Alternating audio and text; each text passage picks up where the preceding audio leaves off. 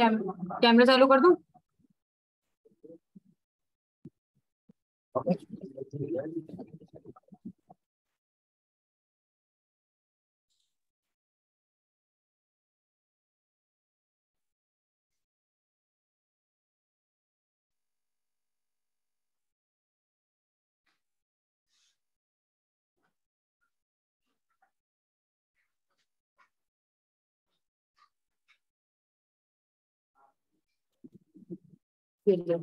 Mic on.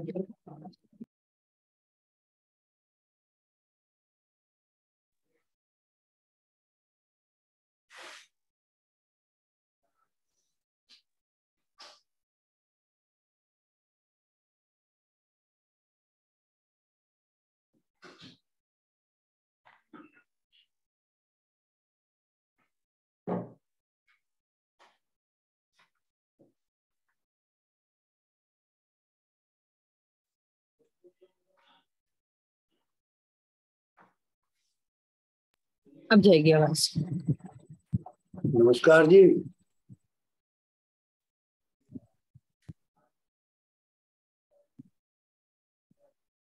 नमस्कार sir. नमस्कार। नमस्कार जी। Welcome sir, welcome.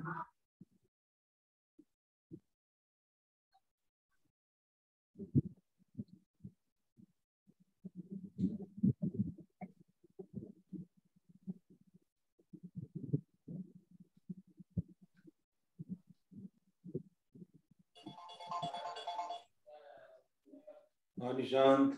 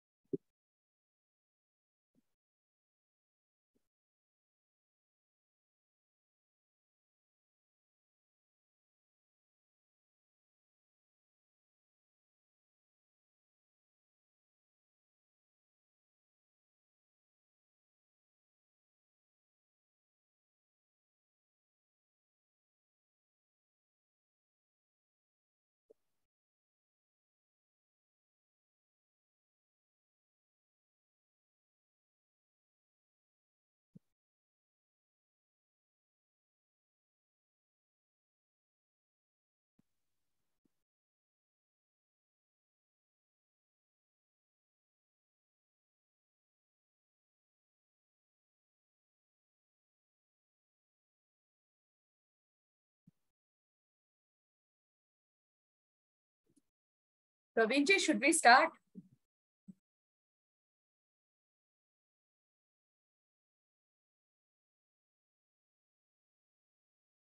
Praveen ji.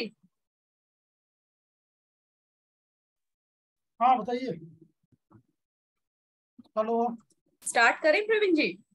I think हाँ अभी wait for 5 minutes. 5-10 minute wait करें। हाँ ठीक।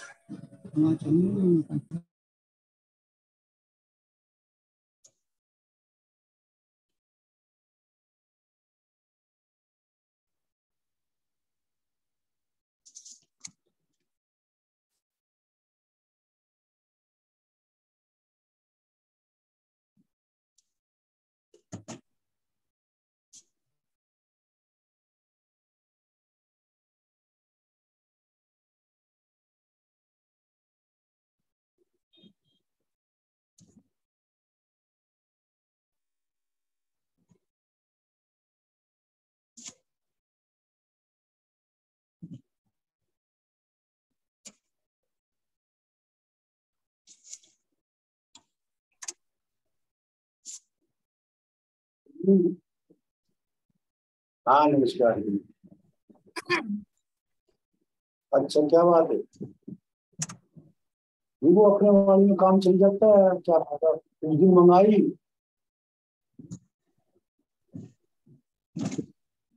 अभी कुछ ना गड़बड़ हो, क्या बिगड़ेगा। वो मंदिर से उस दिन मंगवाई है, और एक भी काम नहीं आई, फिर वापिस भेजी। क्या उतरवा लो ना, क्या दिन मंदिर की मंगाई फिर।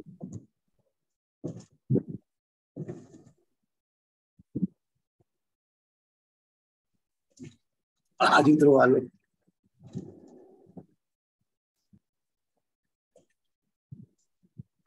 तो उसको कह देना नहीं, अगर नहीं होगा तो फिर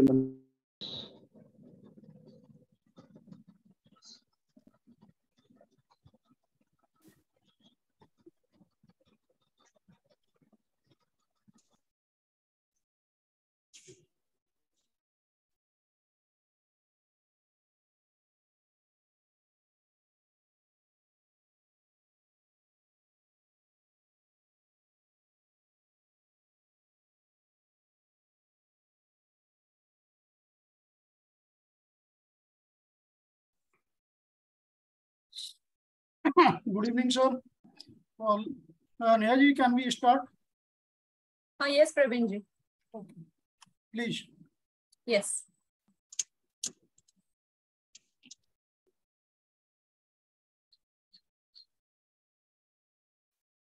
A very good evening to all of you. I, Neha Chowcharia, Chartered Accountant and IP from Kolkata, on behalf of GIPA Professional Association and in association with Association of Dispute Resolution Practitioner, welcome you all in this webinar, which would be a session on debt recovery and insolvency. With this, let me give a brief about GIPA Professional Association. It is a company which is incorporated in India, and it is registered with the Ministry of Corporate Affairs in 2020, Delhi, and licensed from the Government of India with the main object to provide all kind of awareness and facilitation service for business, professional, and student in India and abroad. Mr. Praveen Jain is one of the director of GIPA Professional Association, and today he is with us in this webinar.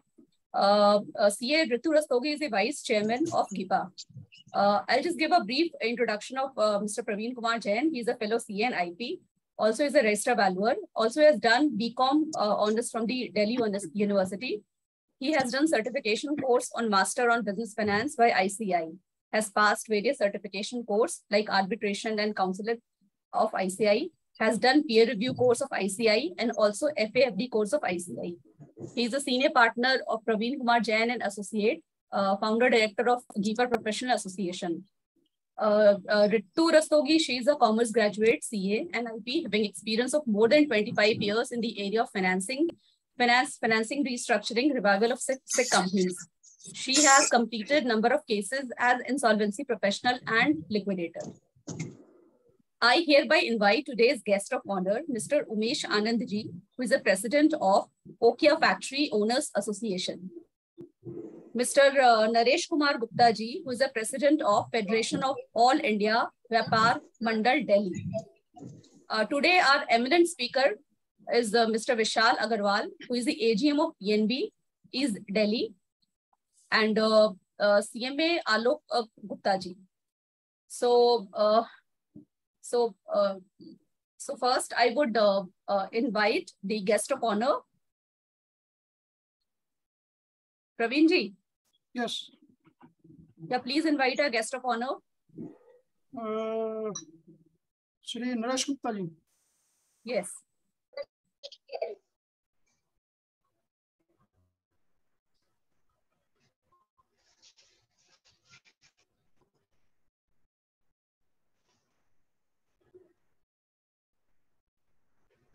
Neha ji, आपका आवाज नहीं आ रहा था। Please invite Praveen ji. Yeah, Mr. Naresh ji. I hereby invite Mr. Naresh Gupta ji to say some words on today's topic. Yeah, Mr. Naresh ji, over to you. Neha ji, please give your Naresh जी अपना mic on करिए आप, और mic आपका of है.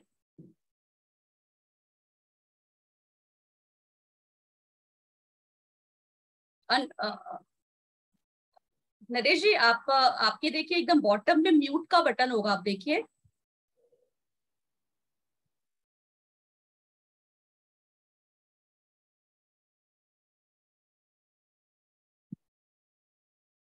प्रवीण जी, आप unmute कर सकते हैं क्या उनको? नहीं ना?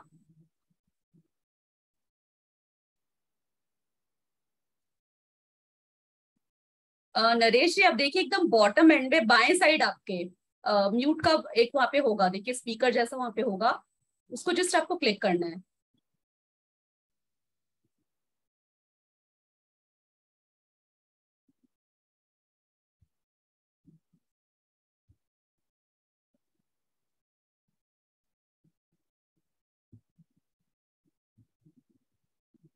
नहीं कर पा रही।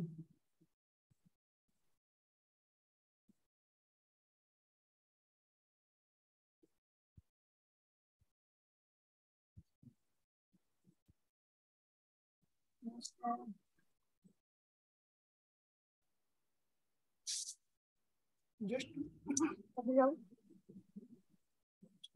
और प्लीज अनम्यूट करिए।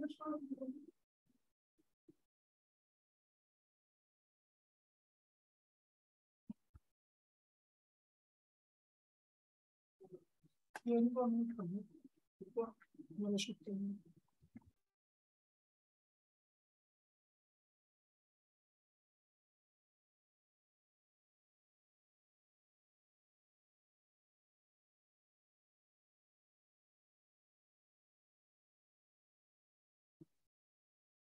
नहीं, I am not been able to unmute Mr. Naresh Gupta. Can you unmute them? वो यहाँ से तो अनम्यूट नहीं होगा। नरेश जी आप देखिए ना, एकदम बाएं साइड में, आपके बाएं साइड में एकदम माइक जैसा सिंबल बना हुआ है, आप देखिए आपके सिस्टम के बाएं साइड में। मैम अगर वो लैपटॉप पे होंगे तो हाथ से कैसे होगा? हाँ, अगर वो लैपटॉप पे होंगे तो हाथ से नहीं होगा ना, मोबाइल पे होंगे तभी तो हाथ से होगा। नहीं नहीं, लैपटॉप पे भी तो बाएं साइड में एक माइक जैसा शेप है। वहाँ हाथ से नहीं होगा ना। आप एक फेवर कर दो, अभी जो हमारे सामने डेस्कटॉप आ रहा है ना, उसका आप स्क्रीनशॉट लेके उनको भेज दो, बता दो कि कहाँ पर है, तो ज्यादा इजी रहेगा। अच्छा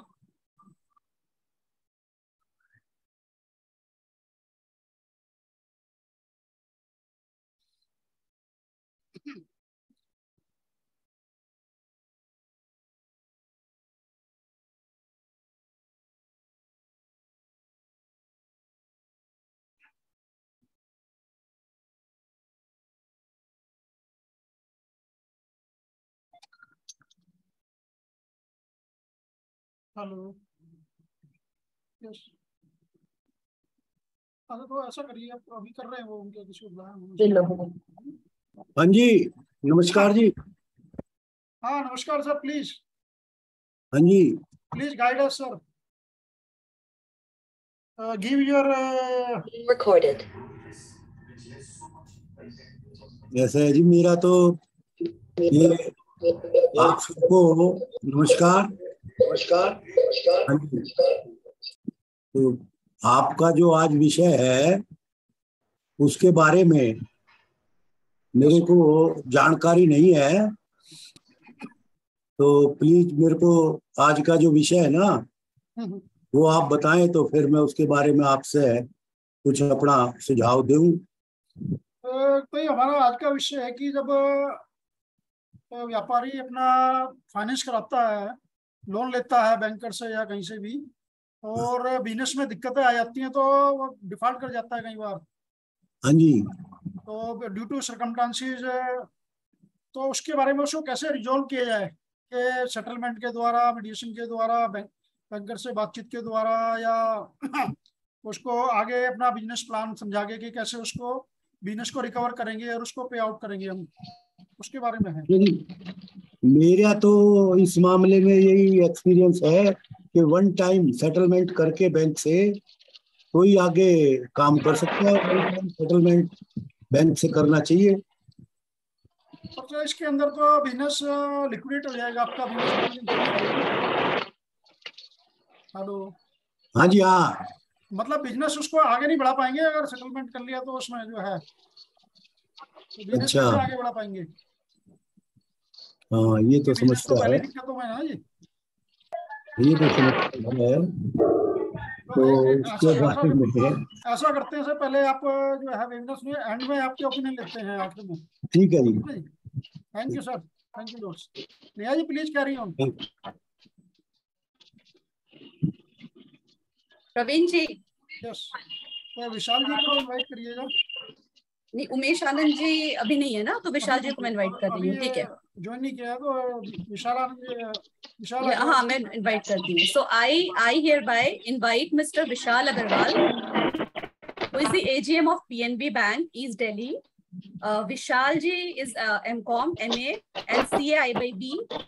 His journey in the bank started in the year 1992, and he has worked as a banker at various places, including Muzaffarnagar, Karnal, Bareilly.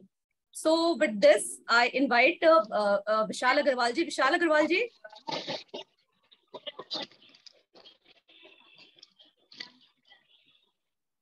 Vishal ji. Madam मेरी आवाज आ पा रही है आपको? हाँ जी आ रही है. बिल्कुल आ रही, प्लीज. सभी को नमस्कार. नमस्ते विशाल जी. धन्यवाद जैन साहब, धन्यवाद मैडम.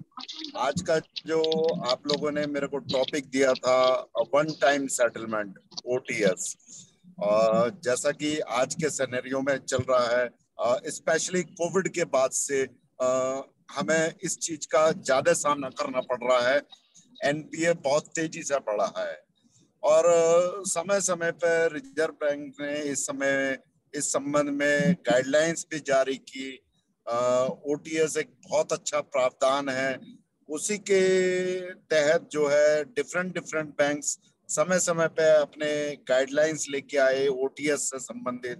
पंजाब नेशनल बैंक ने भी इसमें आगे बढ़ के बहुत तेजी से काम किया और पंजाब नेशनल बैंक की इस समय 2 स्कीम्स काम कर रही हैं. जर्नल स्कीम है एक OTS की. जर्नल स्कीम में जो सभी वर्गों के लोगों के लिए है, चाहे उसमें उसका कितनी भी अमाउंट का लोन पोर्टफोलियो खड़ा हो सकता है.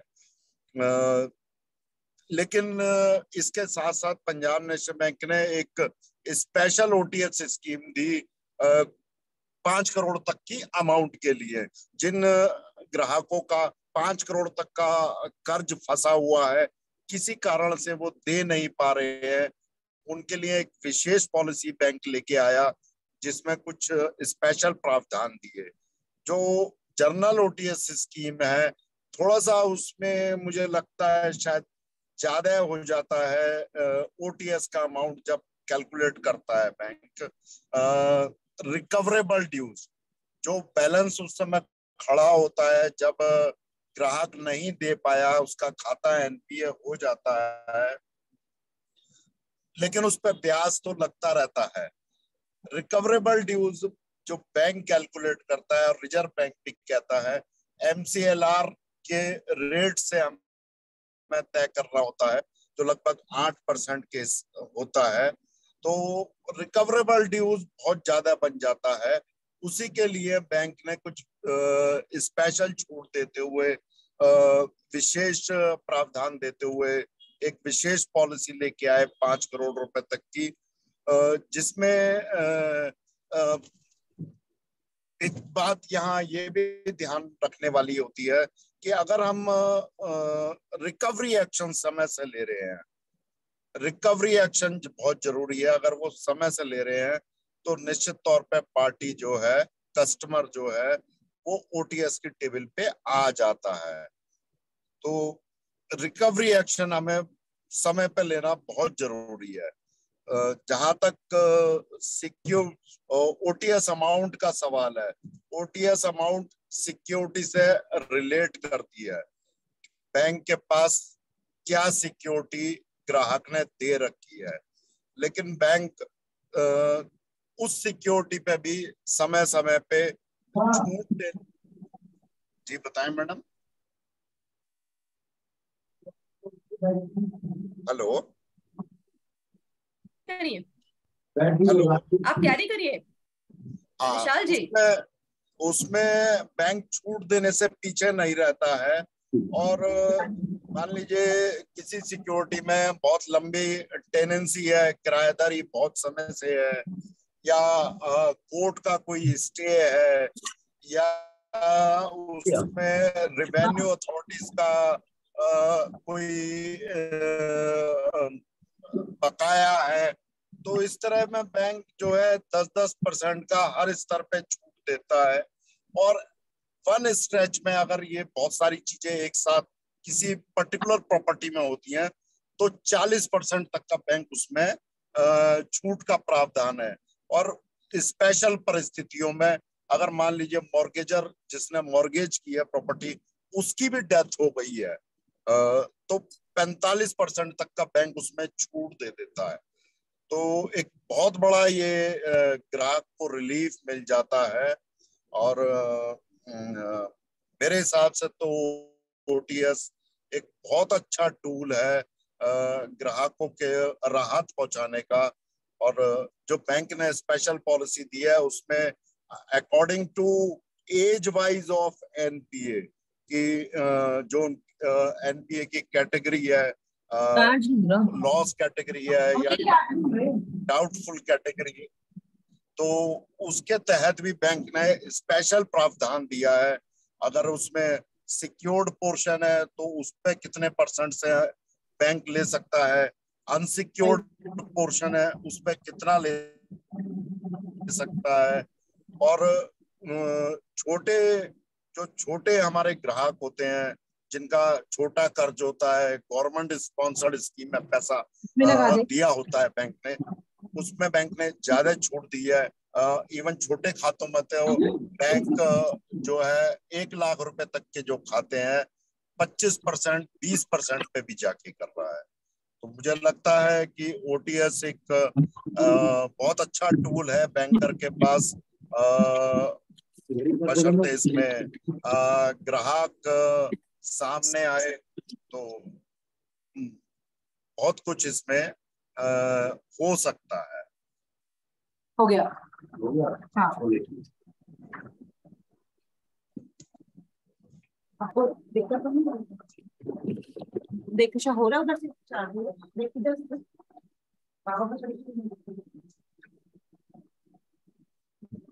हाँ हो रहा है जी आप म्यूट कर सकते हैं। हेलो हेलो जी जैन साहब। हाँ विशाल जी, थोड़ा सरफसी में हेलो। बताइए कि व्यापारियों को क्या क्या ध्यान रखना चाहिए प्रोसीडिंग्स में।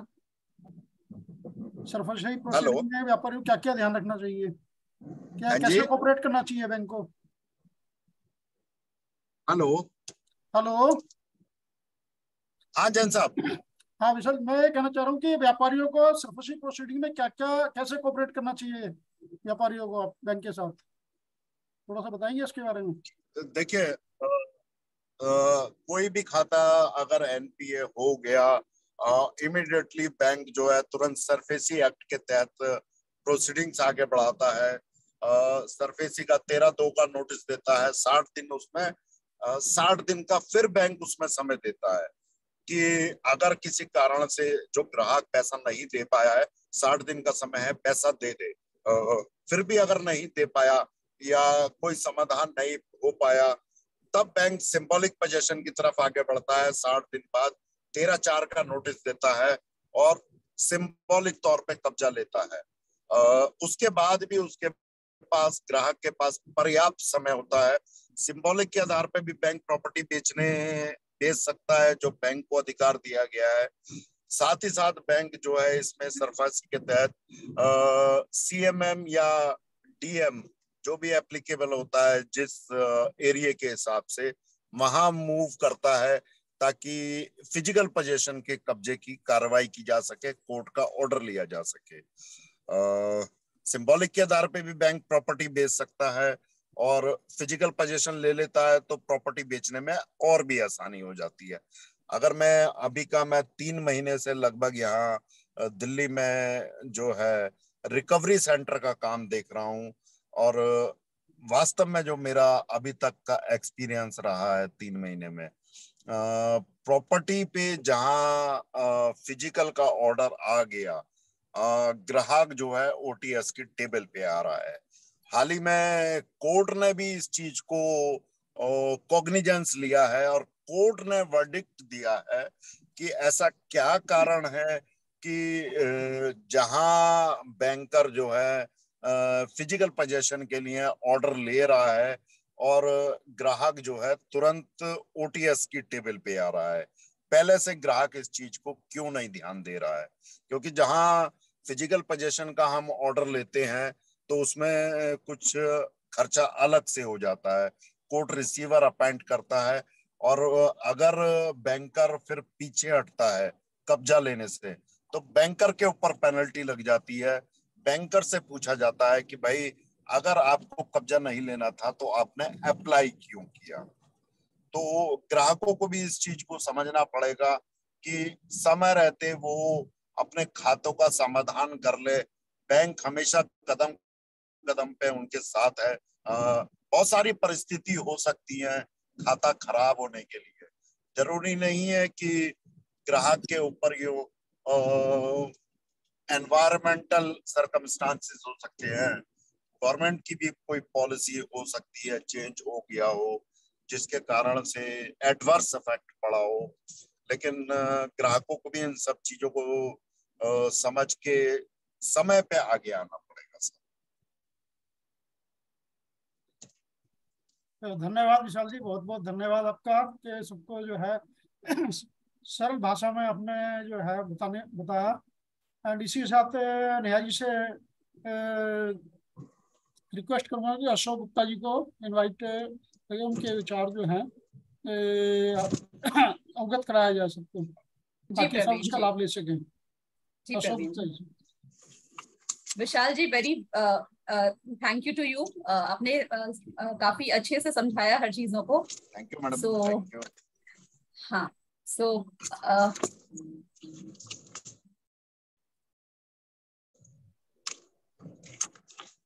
with this I invite CMA Alok Kumar Gupta ji, who is IP chairman of Delhi chapter of RIPA.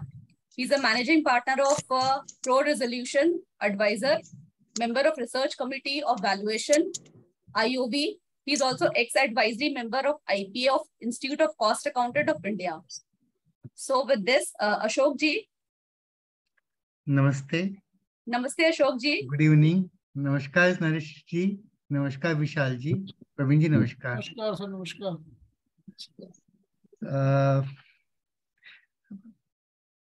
तो मैं आप लोगों को इंसॉल्वेंसी के फील्ड में हम लोग काम कर रहे हैं, लेकिन विशाल जी ने जहाँ से ओटीएस की बात शुरू करी है और नरेश गुप्ता जी जो व्यापार मंडल के प्रेसिडेंट हैं, उस बात को वजूद देते हुए मैं उन्हीं से शुरुआत करना चाहूंगा। नरेश जी, हम लोग प्रोफेशनल जो है एक प्लेटफॉर्म पे वर्क करते हैं, उसको बोलते हैं इंसॉल्वेंसी प्रोफेशनल। और अभी आपको विशाल जी ने बताया कि बैंक जो है लोन में डिफॉल्ट होने पे ओटीएस करता है।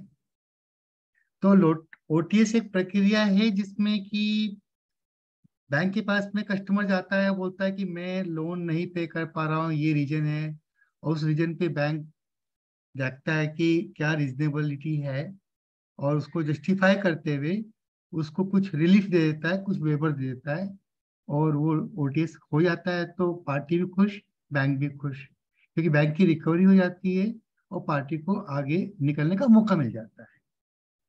अब आता है कि पार्टी के पास में पैसा है या पार्टी के पास में एसेट्स हैं, और वो एसेट्स के ऊपर बैंक का मॉर्गेज क्रिएट होता है या प्लेज होता है। तो जब पार्टी डिफॉल्ट कर देती है और बैंक उसको नोटिस इशू करता है, तो वो कई बार पार्टी जाती नहीं है, वो सोचती है कि हम केस लड़ लेंगे, ये होगा। तो कानून में एक अरेंजमेंट किया गया, सरफासी का एक्ट फॉलो हुआ 2002 के अंदर। विशाल जी कहीं पे मैं गलत हूं तो बता देना आप। तो 2002 के अंदर जब ये सरफासी एक्ट शुरू हुआ तो उसमें बैंकों को पूरी पावर दे दी गई कि आपके पास जो भी एसेट्स कंपनी की या पर्सन की है उसको आप अपने पोजीशन में लेके बेच सकते हो।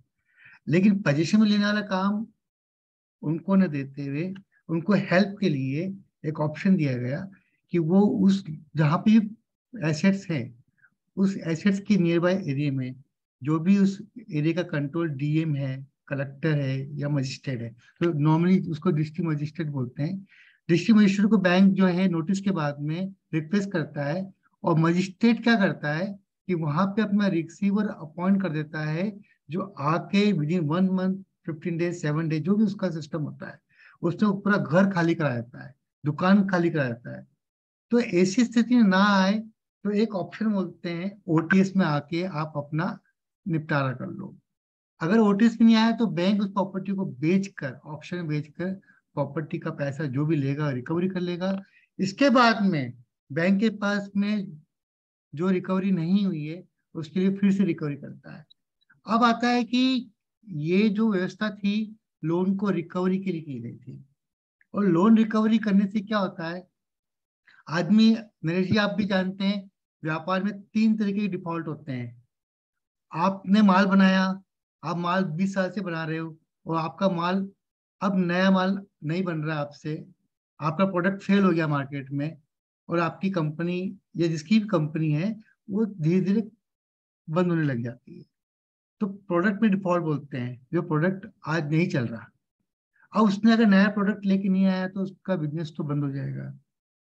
दूसरा होता है कि एक अच्छा आदमी ईमानदार है, बहुत मेहनत से काम कर रहा है, उसकी एफिशिएंसी भी अच्छी है, वो ढंग से काम चल रहा है, लेकिन धीरे धीरे समय ऐसा आता है कि उसका दिमाग उतना तेज नहीं चल पाता, उसकी मेहनत उतनी नहीं कर पाता, तो उसका बिजनेस जो है दूसरे लोग उससे ले जाते हैं। तो वो एक स्टेज आती है जहाँ पे वो कमजोर पड़ जाता है। तीसरा होता है थोड़ा बदमाश किस्म का आदमी, जो कि कंपनी के पैसों को प्रॉपर्टी में, गोल्ड में, शेयर मार्केट में लगा देता है। लोन तो लिया बैंक से, उस पैसे का इस्तेमाल कहीं और करता है। तो उसको बोलते हैं हम लोग कि व्यापार के पैसे का उपयोग न करते हुए उसको डाइवर्सिफाई कर दिया, तो डाइवर्ट कर दिया फंड। तो अब नुकसान किसका हो रहा है, पब्लिक का नुकसान हो रहा है, बैंक का नुकसान हो रहा है। बैंक में पैसा किसका है, पब्लिक का है। तो अभी 3 समस्या हो गई। अब हम समस्या का हल देखते हैं। जब प्रोडक्ट फेल हो गया, कंपनी नहीं चल पा रही है, तो क्या किया जाएगा। उस कंपनी को किसी को बेच सकते हैं, कोई उसको इस्तेमाल कर सकता है।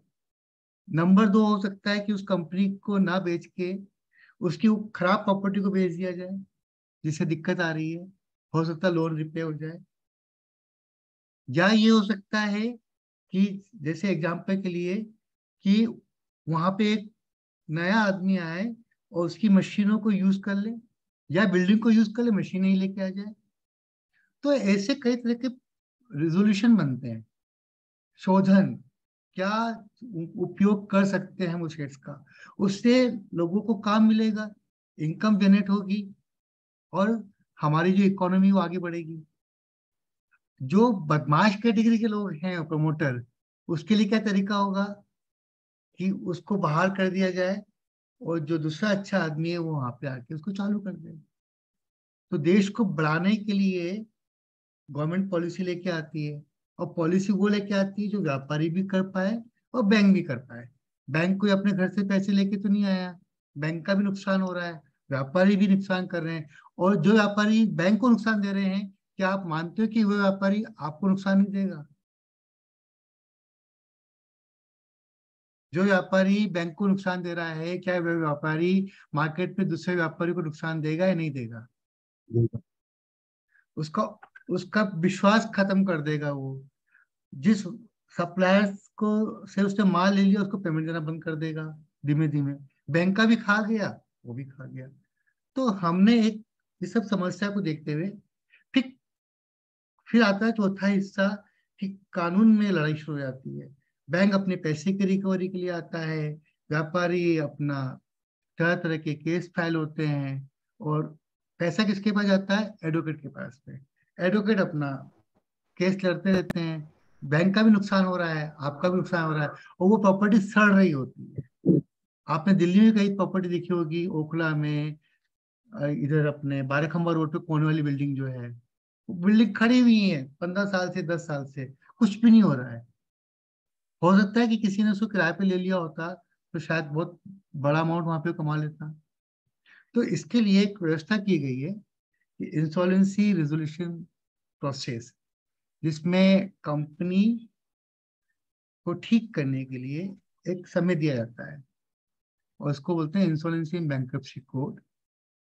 उस 180 दिन का जो समय मिलता है उसके अंदर कंपनी जो है, कंपनी का जो मैनेजमेंट होता है उसको सस्पेंड कर दिया जाता है, क्योंकि मैनेजमेंट इंटरफेयर करेगा तो काम नहीं होगा। और एक प्रोफेशनल अपॉइंट होता है जिसको IRP बोलते हैं, इंसॉल्वेंसी रेजोल्यूशन प्रोफेशनल।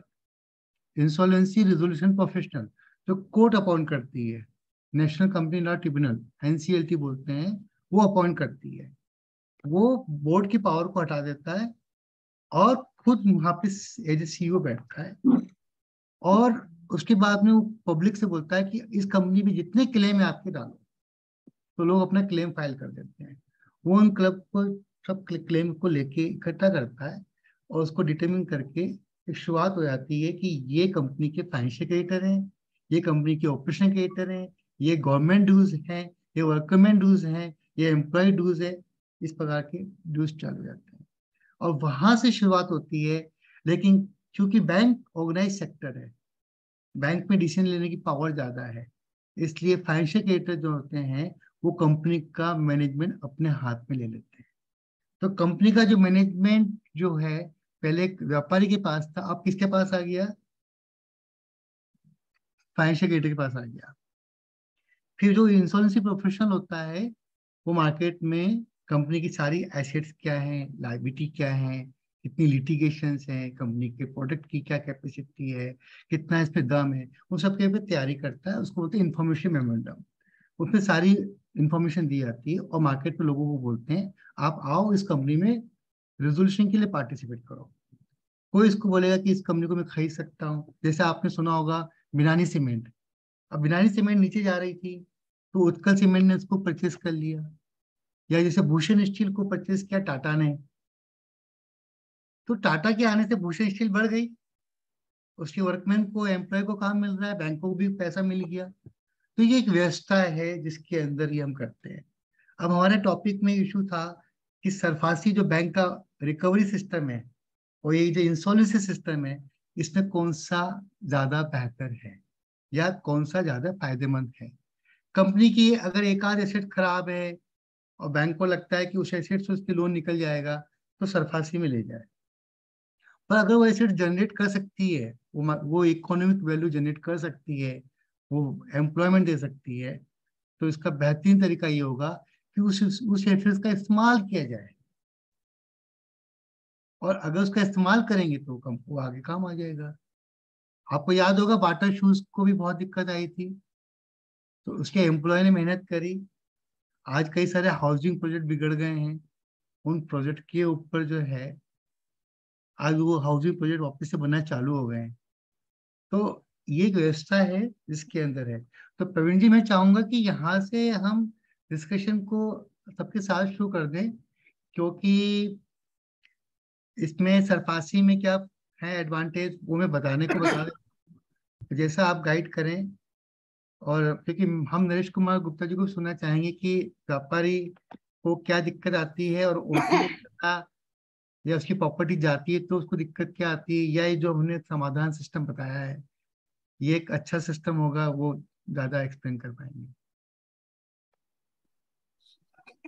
नरेश जी, अब आपने ऐसा समझी कि ये तीन चीजें, एक है OTS, रिकवरी में आप बैंक के पास जाके सॉल्यूशन निकालते हैं, एक होता है बैंक आपके एसेट्स, व्यापारी के एसेट्स को ले जाता है, और एक तीसरा समाधान है कि बैठ के मिलजुल के कंपनी की सारी हालत को देख के मध्य रखते हुए उसके जो क्रेडिटर्स हैं उसका समाधान निकालते हैं।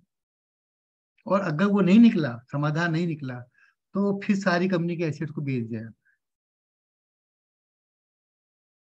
अब बैंक को भी इसमें नुकसान है, बैंक को कुछ जगह फायदा है, तो वो हम बाद में डिस्कस करेंगे। पहले आपसे सुनना चाहेंगे कि आप इसमें तीनों में कोई आपका कोई क्वेश्चन है तो बताएं। आपने जो ये बताया ना इंसॉल्वेंसी प्रोफेशनल वाला, तो इसमें जो कंपनी चली जाती है जी, तो वो जब तक कोई उसको नया आदमी नहीं आएगा जब तक तो वो दोबारा काम नहीं कर पाएगा जी, जब तक नया आदमी नहीं लेगा। और अभी हमारे यहाँ एक दो कंपनी मैंने देखी है कि नया आदमी भी आ गया और बैंक ने उसकी प्रॉपर्टियां भी बेचने की कोशिश की, लेकिन उसका अभी तक भी जो है कोई हल निकला नहीं।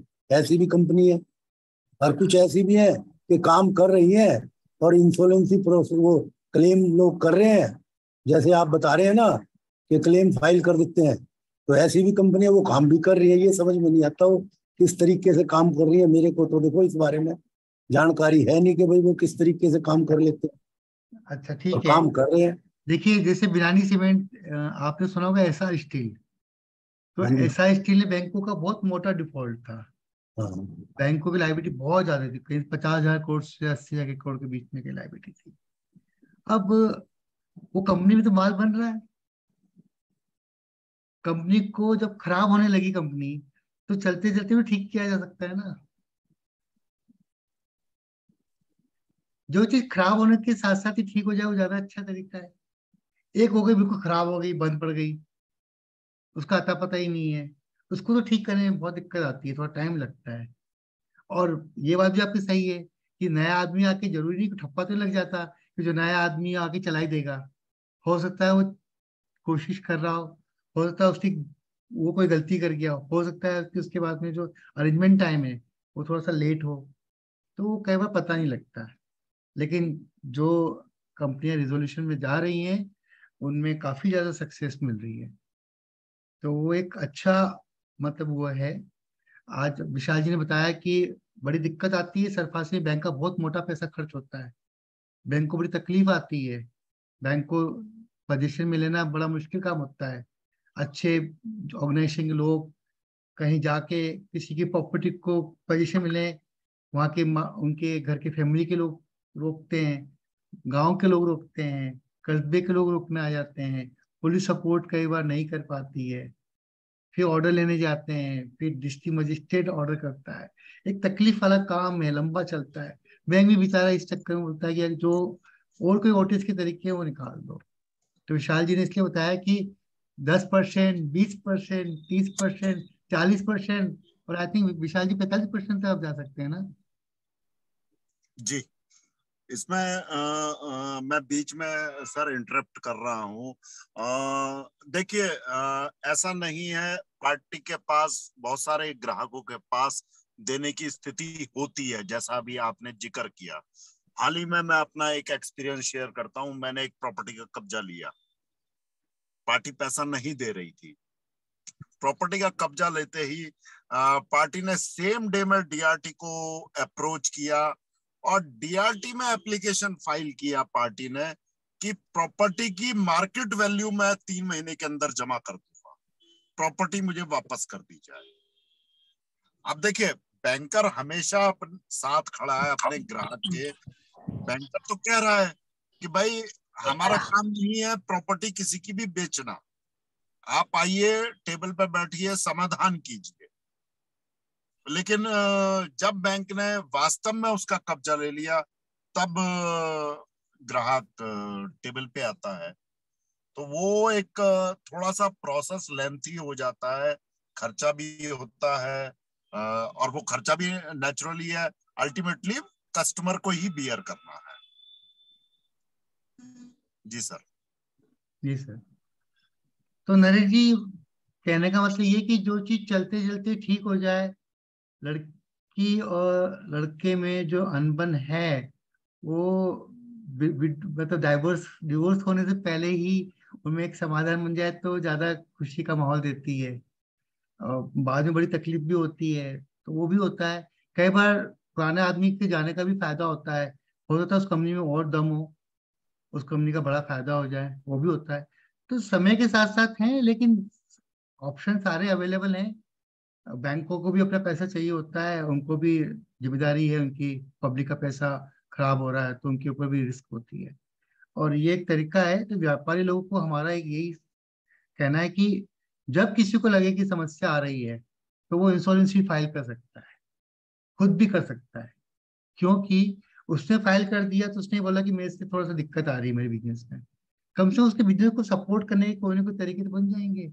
उसी के अंदर ओटीएस का भी सिस्टम होता है। जब वो बैंक को बोलता है कि मैं इतना दूंगा आपको और मैं बाकी लोगों को इतना इतना दूंगा, तो कई बार लोग मान भी जाते हैं। आपने देखा होगा अपनी जिंदगी में, लोग तो कई मान लोग जाते बैठ के हैं। बोलते हैं कि भैया इतना इतना ले जाओ, और फिर वो अपना धंधा वापस से बढ़ा देता है। नहीं, क्रेडिटर तो मान जाते हैं, बैंक का तो खैर जो भी वन टाइम सेटलमेंट में होगा वही होगा। और जहां तक अभी विशाल जी कह रहे हैं, उसमें ये है ना कि प्रॉपर्टी की मार्केट वैल्यू कई दफा ज्यादा होती है, तो इसलिए वो जब बैंक पोजेशन ले लेता है तो वो ग्राहक जो है फौरन आ जाता है। तो उसकी वजह एक ही होती है, अगर उस प्रॉपर्टी की मार्केट वैल्यू ज्यादा है तो फिर वो जो है बैंक में पैसे भर देगा मार्केट वैल्यू को। वो भी होता है, कई बार ये भी होता है। मैं आपको एक दो एग्जांपल देता हूँ कि कुछ कंपनियां ऐसी भी हैं जिनके अंदर उनका जो प्रोडक्ट था या उनकी मशीनें थी या उनके जो वर्कमैन थे उनमें काफी अच्छी क्वालिटीज थी। तो दूसरे आदमी को बड़ा ताजा था, वो आदमी उसी लाइन में बिजनेस कर रहा था, बोलता मैं तो यही बिजनेस कर रहा हूँ, मुझे अपनी कैपेसिटी बढ़ानी है, इस कंपनी को भी ले लेता हूँ, मेरी कैपेसिटी डबल हो बिल्कुल जाएगी। तो बिल्कुल। तो वो एक, हम लोग उसके लिए मार्केटिंग भी करते हैं, हम लोग मार्केट में पेपर में न्यूज देते हैं, कंपनी को इन्फॉर्मेशन देते हैं। जो उस कंपनी, उस टाइप की कंपनियां होती हैं, जैसे इलेक्ट्रिसिटी गुड की कंपनी, तो उस सब कंपनी को इन्फॉर्म करने की कोशिश करते हैं। और हमारे बोर्ड जो है इंसॉल्वेंसी बैंक्रप्सी बोर्ड, उसके सिस्टम पे भी वहाँ पे आता रहता है कि ये कंपनी का इंसॉल्वेंसी प्रोसेस स्टार्ट हो गया है, या इस कंपनी के प्रोसेस में लोगों से प्लान मंगाए जा रहे हैं। तो ये एक तरीका स्टार्ट हुआ है, और 4-5 साल में काफी उम्मीद बढ़ी है, मार्केट में बहुत सारे तरीके आ गए हैं। बैंक ने भी अपने आप को काफी चेंज किया है, जैसे उन्होंने ओपन होके लोगों को कहा है आओ और सेटलमेंट करो, वो भी एक उनका तरीका है। उनकी उनकी कुछ एजेंसी ऐसी हेल्प भी करती हैं कि भैया आप आके सेटल कर लो, आप प्रॉब्लम बताओगे तो बैंक वाले ज्यादा हेल्प कर पाएंगे, वो भी होता है। तो समय के साथ साथ हर चीज चलती है, लेकिन गवर्नमेंट की जो पॉलिसी होती है उसका एक ही मकसद हो गया है कि कंट्री की इकोनॉमी को पटरी पे रखना है, और जो एसेट्स काम की नहीं है, जो जिस एसेट का कोई इस्तेमाल नहीं हो सकता, उसको डिस्पोज कर दिया जाए, कोई और आदमी आके लेके उस जगह को यूज कर लेगा। बिल्कुल इसमें यही हो रहा है जी कि जो पॉपुलर ब्रांड है और जिनका मार्केट में शेयर मार्केटिंग का बढ़ता जा रहा है, तो वो ऐसी कंपनियों को ले लेते हैं और ये हल निकल जाता है। और हाँ, ऐसे एसेट्स भी कंपनी में कई बार होते हैं जो डेड पड़े हैं, तो उन एसेट्स को भी, तो ये सब अगर आदमी ईमानदार है ना, फिर तो सारे काम हो जाते हैं।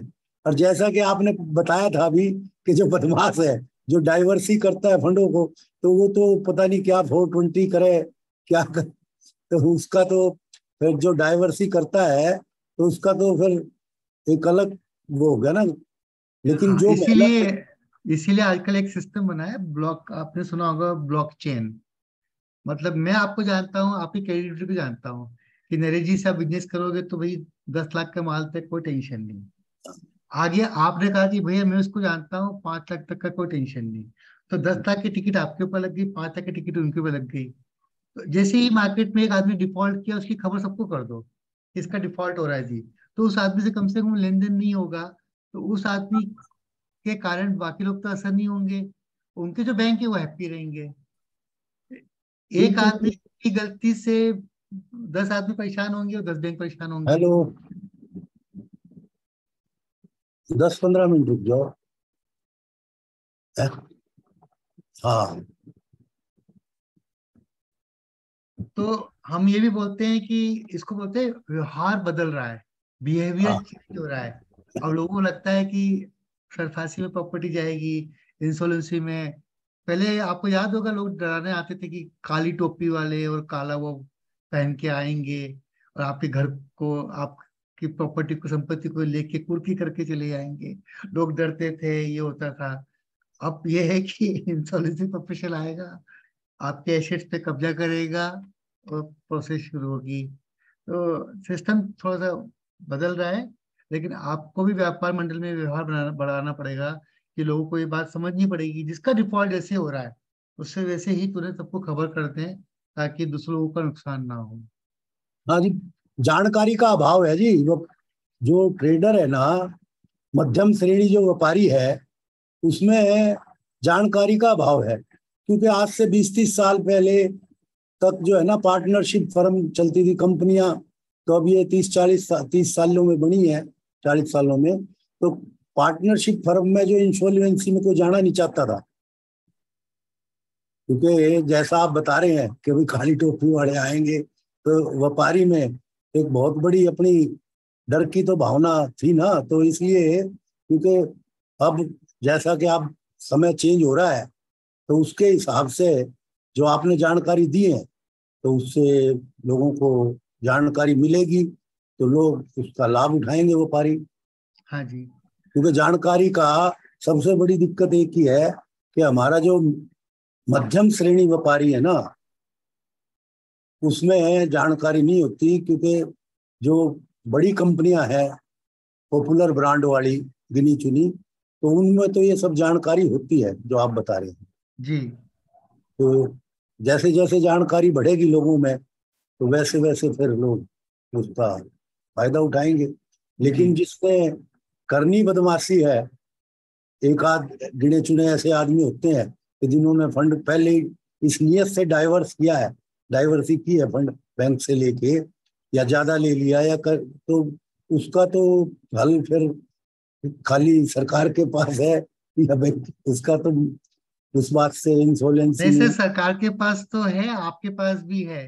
जैसे आपको लगता है ना कि मार्केट में पार्टी जो है इसका बैंक से लोन है, आपने देखा होगा कई बार बैंक, विशाल जी हैं, बैंक का रूल बनाता है कि जहाँ पे बैंक से फाइनेंस कराते हैं वहाँ पे आप बोर्ड लगाते हैं कि हमारा बैंक पंजाब नेशनल बैंक या हमारा बैंक कैनरा बैंक या एसबीआई है।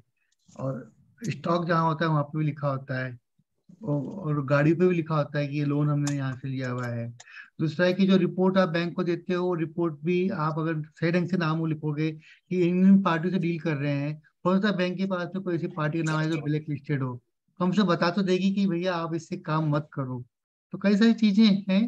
अब ये होता है जी, जिसके बारे में पता लग जाए ना, तो आप कह रहे हैं ये तो होता है, काम बंद कर देते हैं लोग। लेकिन वही है ना, जो बदमाश है वो तो फिर भी कोई ना कोई आगे पीछे अपना रास्ता बना लेता है। प्रवीण जी, है आप कुछ कि बोलना चाहेंगे?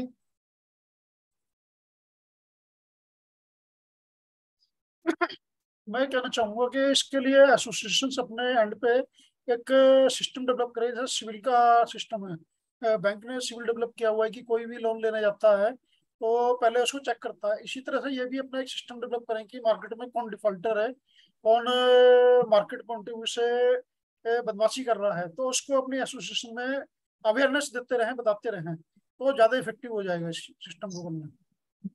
प्रवीण जी, ये सारे सिस्टम मार्केट में आपस में पता लग जाते हैं, लेकिन फिर भी जो है ना 10-5 साल में या कोई ना कोई जब ऐसा टाइम आता है, तो एक आधा जिसकी नीयत पहले ही खराब है, मान लो आज फूड ग्रेन की इंडस्ट्री है, राइस की इंडस्ट्री है, दाल की इंडस्ट्री है, उसकी एक लिमिट है कि भाई उसने 50 करोड़ से ज्यादा की लिमिट इस्तेमाल नहीं करनी, और वो 50 की जगह अगर 500 करोड़ की या 1000 करोड़ की कर रहा है, तो इसका मतलब वो फंड डाइवर्स ही कर रहा है। जिस इंडस्ट्री में या जिस कंपनी में जितने फंड्स एक आम चाहिए, अगर वो उससे कई गुना, 10 गुना, 20 गुना ज्यादा ले रहा है बैंक से या फाइनेंशियल इंस्टीट्यूट से, तो उसकी नीयत पहले ही खराब थी। उसने पहले ही जो है दिमाग में क्राइम पहले कर रखा था कि भाई मेरे को ये करना है क्राइम। तो इसमें सिर्फ ये है कि हम बिल्कुल खत्म नहीं कर सकते इस चीज को, लेकिन अपने एसोसिएशन के माध्यम से अपने मेंबर्स को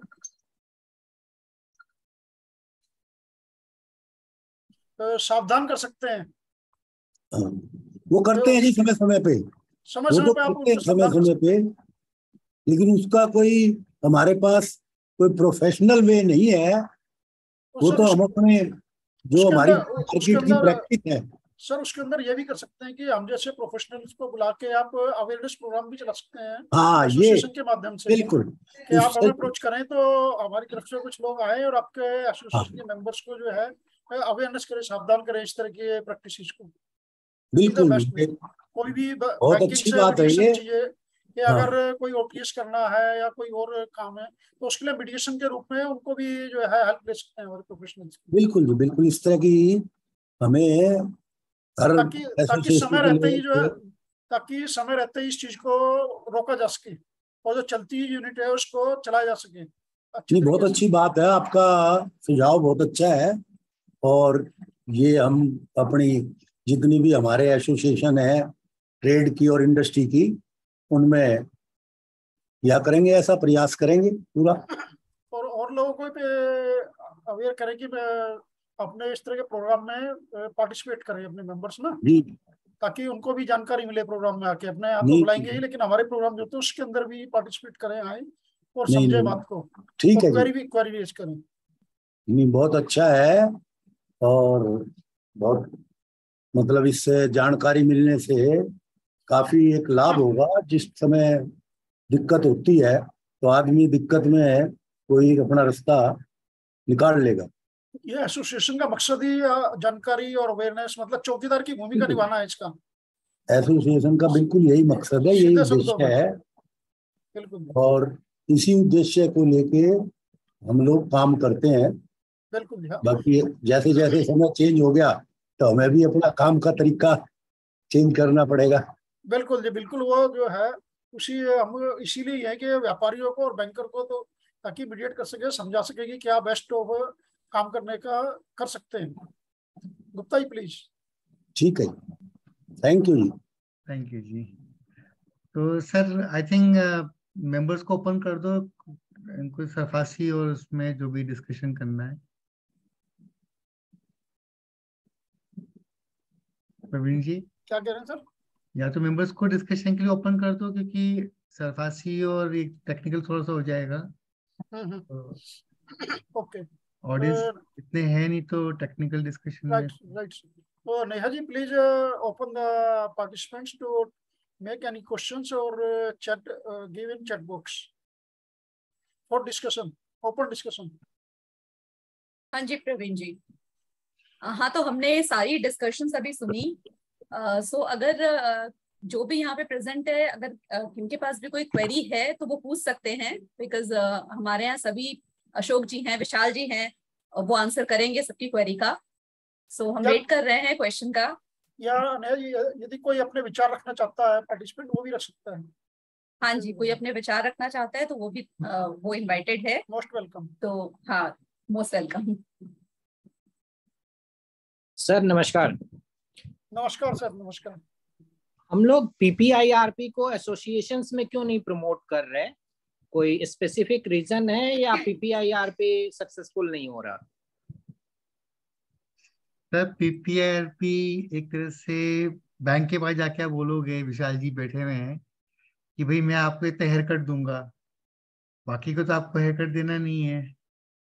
तो वो एक तरह से ओटीज का सिस्टम ही हो गया। उसमें भी वो एक्स्ट्रा कॉस्ट बैठेगी, आईआरपी अपॉइंट होगा, फिर प्लान मंगाए जाएंगे, अगर फिर बेस प्लान से उसकी कंपेरिजन करोगे तो एक प्रोसेस को प्रैक्टिकली लोग इतना लाइक नहीं कर पा रहे हैं। और बैंक्स के पास भी अवेयरनेस कम है। मैंने लास्ट टाइम सर्वे किया था तो 20-25% bankers are aware about prepaid only. और एमएसएमई के लिए है, तो जैसे अभी गुप्ता जी बोल रहे थे, तो अवेयरनेस प्रोग्राम एमएसएमई की जो लोग हैं उनके पास जाके करना पड़ेगा, तभी कुछ प्रोबेबिलिटी है। सर पीपीआईआरपी के लिए मुझे लगता है कि विदाउट आईबीबीआई और विदाउट प्रोसेस स्टार्ट किए हुए भी एक बार अगर अवेयरनेस है और इस तरह से है तो वन टाइम सेटलमेंट के लिए अच्छा ऑप्शन है। और अच्छे वो हैं कि जो पहले हमें 90 डेज का है उसके अकॉर्डिंग हम कुछ कर पाए और कंसल्टेंसी दे पाए। तो वही तो बात थी जो मैंने बोला, वही बात आपने बोल दी। जी प्रैक्टिकल वही होता है। जी।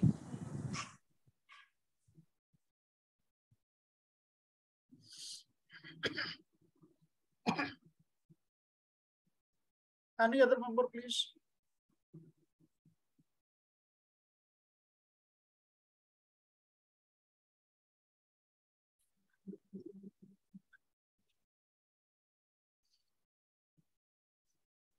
सुनील अग्रवाल जी, आप कुछ कहना चाहेंगे? सुनील अग्रवाल जी।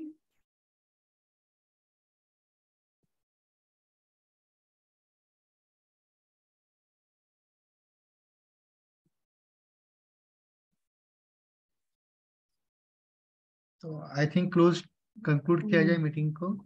यस यस, बाकी I मैं think so. 2-3 चीजें बताता हूँ इम्पोर्टेंट जो है। हाँ बता, बिल्कुल सर। सरफासी से आईबीसी में आप आ सकते हैं, और बस आईबीसी स्टार्ट तो सरफासी में आप नहीं जा सकते। अगर लिक्विडेशन कमेंसमेंट होता है तो जो सिक्योर्ड क्रेडिटर्स हैं they have right under section 52 में वो रिलिंक्विश ना करके प्रॉपर्टी को रिकवर कर सकते हैं, लेकिन उन्हें उसके लिए जो सीआरपीओ लिक्विडेशन की जो कॉस्ट है वो बियर करनी पड़ेगी। और अगर इसके बाद में कोई कोर्ट का ऑर्डर होगा, लाइक ईपीएफ की पेमेंट का इश्यू आता है, तो वो रिजॉल्व करना पड़ेगा। तो सरफासी का अपना बेनिफिट है और इंसॉल्वेंसी का अपना बेनिफिट है। और सरफासी में मॉनिटोरियम सिस्टम नहीं होता, लेकिन डिस्ट्रिक्ट मजिस्ट्रेट का जब सेक्शन लग जाता है दैट इज कॉल्ड मॉनिटोरियम। और इंसॉल्वेंसी के अंदर इनबिल्ट है, वहां पे डिस्ट्रिक्ट मजिस्ट्रेट के थ्रू पोजीशन लिया जाता है अगर बैंक को डायरेक्ट पोजीशन नहीं मिलता है तो। और यहाँ पे ये होता है कि आईआरपी का पावर होती है कि पोजीशन ले ले। सरफासी के अंदर खर्चे थोड़े से कम होते हैं, तो इंसॉल्वेंसी प्रोसेस के अंदर थोड़ा सा एक्सपेंडिचर ज्यादा होता है। सरफासी में लिमिटेड एसेट्स के ऊपर क्रेडिटर्स को बेनिफिट मिलता है, इंसॉल्वेंसी के अंदर उसको कंपनी की सारी एसेट्स के ऊपर उसको बेनिफिट मिलता है। इंसॉल्वेंसी का जो रिकवरी रेशियो है वो 33% है, that is remarkable. And government को लगता है कि ये टूल सक्सेस गेन कर रहा है। सरफासी एक पर्पस के लिए है, उसमें भी बैंक को पावर है, और उसमें भी जो बैंक को सेंट्रल टैक्स हैं, इनकम टैक्स हैं या स्टेट गवर्नमेंट के टैक्स हैं, उनके ऊपर उनको सुपरसीड पावर मिलती है। लेकिन आईबीसी को सरफासी के ऊपर सुपरसीड पावर मिलती है। तो ऑलरेडी इफेक्ट में बेनिफिट है। ऑप्शनल क्लॉज सरफासी में नहीं है तो आईबीसी में है। सरफासी में दे दिया गया है सेक्शन 20 आई थिंक 26 के अंदर है, तो और 9 के अंदर है, 39 के अंदर उसमें पावर दिया है, तो वो कुछ जगह तक करता है। लेकिन अभी एक इशू दोनों जगह आ रहा है ईपीएफ का। तो ईपीएफ का डीलिंग कैसे होगा, क्योंकि लिक्विडेशन स्टेट में ईपीएफ को लेते नहीं है, that is not called a government dues. पर वहां पे भी एक प्रॉब्लम है कि दैट सेक्शन 14Q जो है ईपीएफ का वो डैमेजेस पेनल्टी का है। उसको कैसे ट्रीट करना है, क्योंकि वो किसी के हाथ में नहीं जाता, वो ओनली गवर्नमेंट के पास जाता है। तो अभी जो लेटेस्ट केस है तेलंगाना हाई कोर्ट का एसबीआई वर्सेस प्रोविडेंट फंड का था, उसमें एसबीआई को वेटेज मिला है। अब प्रोविडेंट फंड जो है डिपार्टमेंट वो सुप्रीम कोर्ट में गया है, उसकी डेट लास्ट 11 अगस्त की थी, तो नेक्स्ट डेट आएगी। तो ये एक बड़ा इंटरेस्टिंग एरिया होगा ईपीएफ का डिसीजन कैसे होगा। बाकी जो है दे आर छोटा मोटा और चेंजेस हैं। सरफासी का परचेसिंग सिस्टम अलग है, आईबीसी का प्रोसेस अलग है। लिक्विडेशन में यहाँ पे ई ऑप्शन वैल्यूएशन का जो सिस्टम है, तो जो आईबीसी के अंदर जो हम करते हैं वो टू रजिस्टर वैल्यू का अपॉइंट करते हैं, और हमको जो रेगुलेट करता है वो आईबीबीआई करता है। और जो सरफासी है उसके अंदर रेगुलेशन जो करता है वो फाइनेंशियल एक्ट 1994 है आई थिंक वो है, और सेकंड है आरबीआई। तो जो आरबीआई के नॉर्म से वो फॉलो होते हैं वहाँ पे जाकर।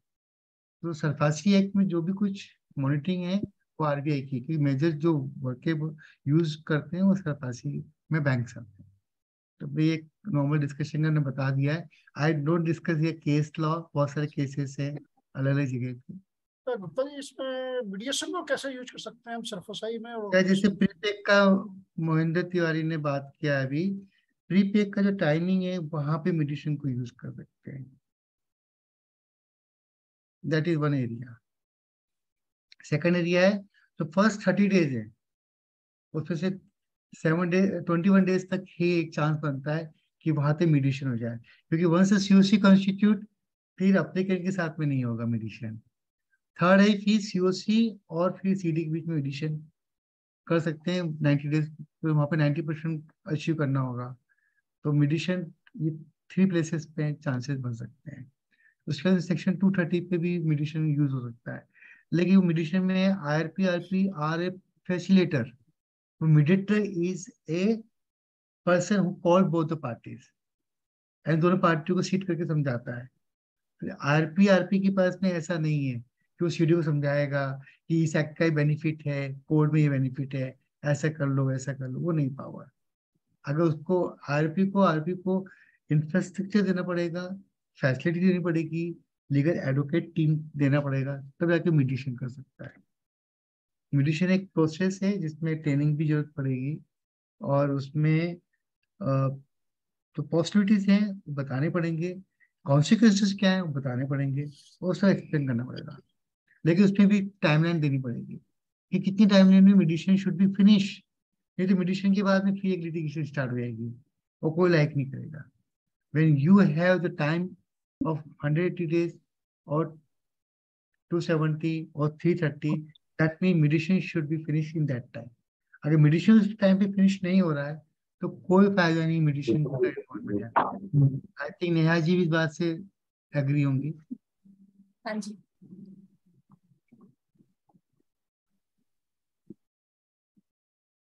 तो प्रवीण जी कंक्लूड करें हम? Yes ma'am. सो आज का जो वेबिनार था काफी प्रैक्टिकल। हाँ,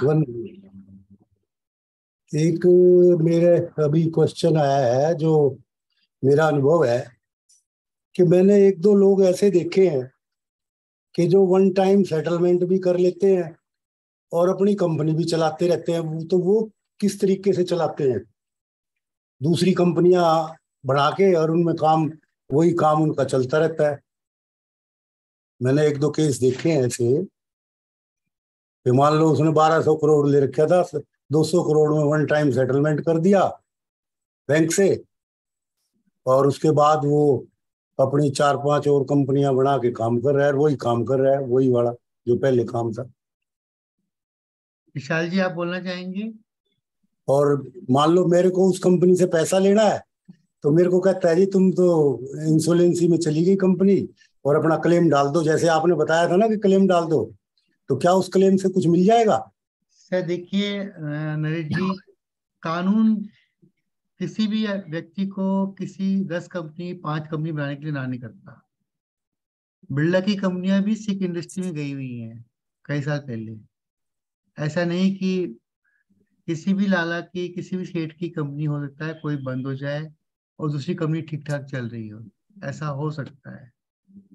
एक आदमी कई कंपनी चला सकता है। अब क्वेश्चन आता है कि किस कंपनी का डिफॉल्ट था जिसमें उसने ओटीएस दिया। हो सकता है उसने एक कंपनी का डिफॉल्ट होगा, उसने ओटीएस दिया होगा, बाकी कंपनी की चल रही होंगी, ये होता है। अब क्वेश्चन यहाँ पे आपका सही है कि उसने वहां से पैसा डाइवर्ट कर लिया, एक कंपनी में ओटीएस कर दिया और बाकी कंपनी में अपने मजे से चला रहा है। बदमाश वाला तो आदमी कर सकता है, ऐसा हो भी सकता है। अब उसके लिए क्या है कि व्यवस्था ऐसी होती जा रही है कि हमारा एक सेक्शन है 29A, और एक बैंक का सिस्टम है सिविल। अगर बैंक के सिविल में आ गया कि कंपनी इस पर्सन ने डायरेक्टर ने डिफॉल्ट किया हुआ है, तो बैंक वाले फिर कॉशंस लगा देते हैं, प्रिकॉशन बोलते हैं। उसमें प्रिवेंटिव मेजर्स होता है, उसमें डिफॉल्ट और प्रिवेंटिव लिस्ट में नाम डाल देते हैं ताकि उस डायरेक्टर की कंपनी को फिर जल्दी से लोन नहीं मिलता है। विशाल जी मैं सही बोल रहा हूँ?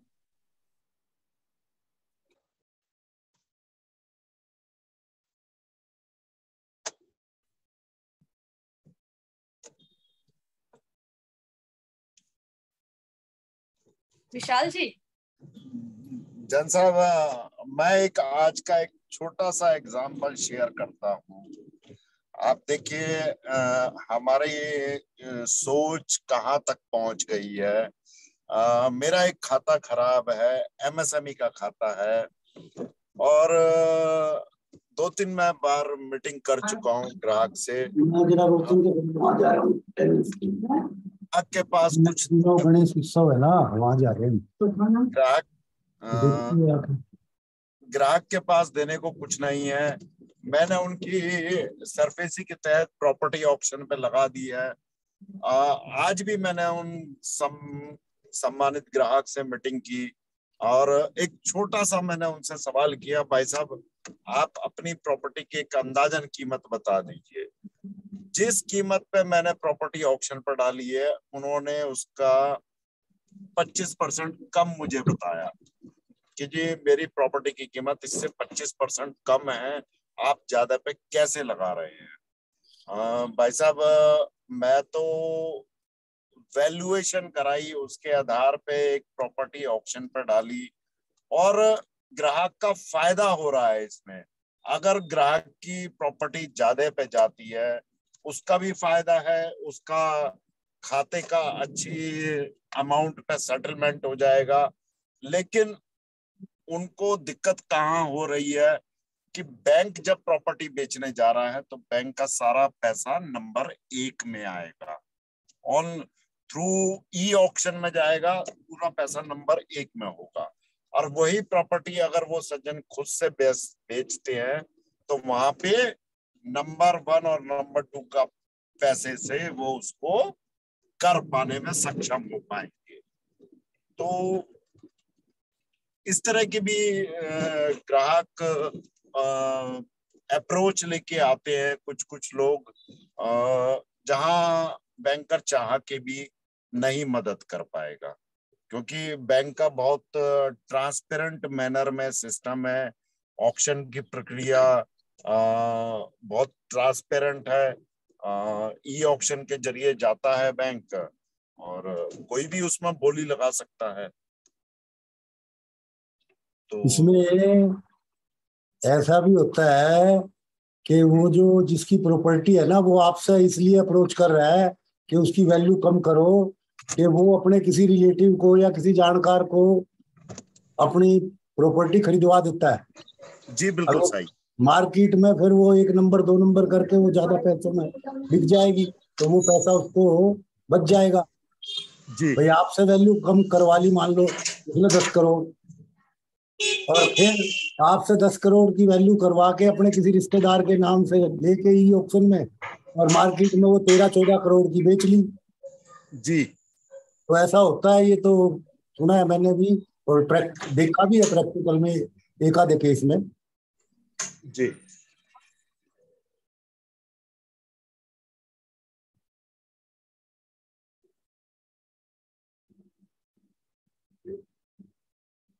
तो सर अब यही है कि जो डायरेक्टर कंपनी के होते हैं, पार्टनर कंपनी के होते हैं, फर्म के पार्टनर होते हैं, उनके नाम रिकॉर्ड पे आ जाते हैं और सिविल में आ जाता है कि इस कंपनी सेटलमेंट किया था, इसके डायरेक्टर ये थे, पार्टनर ये थे। तो आगे फिर है ना बैंक को कॉन्फिडेंस मिल जाती है और बैंक सिविल चेक करके उस कंपनी के दूसरे डायरेक्टर को या पार्टनर को लोन नहीं देता है। जीत तैयार है। चलो बहुत 10 विकेट लीजिए मैंने और 200 रन में। ठीक है, अब कुछ खा पी ले जा।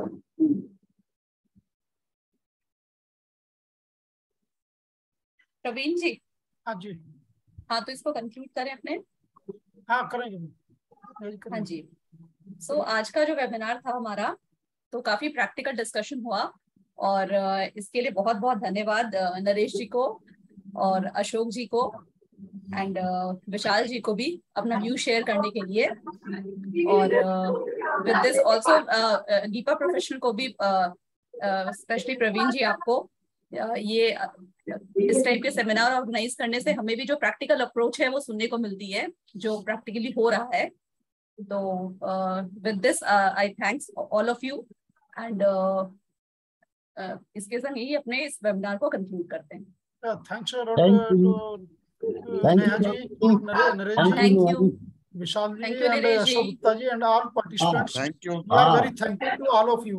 Thanks sir. धन्यवाद सभी को, धन्यवाद। आपके जो है बहुत फ्रूटफुल डिस्कशन रहा और आगे भी आपको ऐसे ही बनाए रखेंगे। ड्राइवर तो हमारा 7:30 चला जाता है तो पहले कहते हैं ड्राइवर तो गया। हम चाहेंगे कि ऐसे डिस्कशन आगे भी चलता रहे।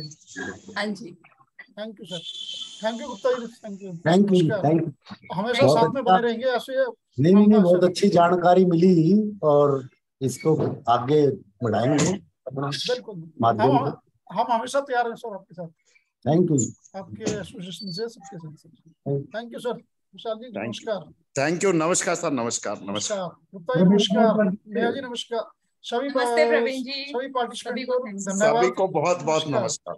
नमस्कार। नमस्कार। तिवारी जी नमस्कार। सुनील जी नमस्कार। सबको नमस्कार। Thank you.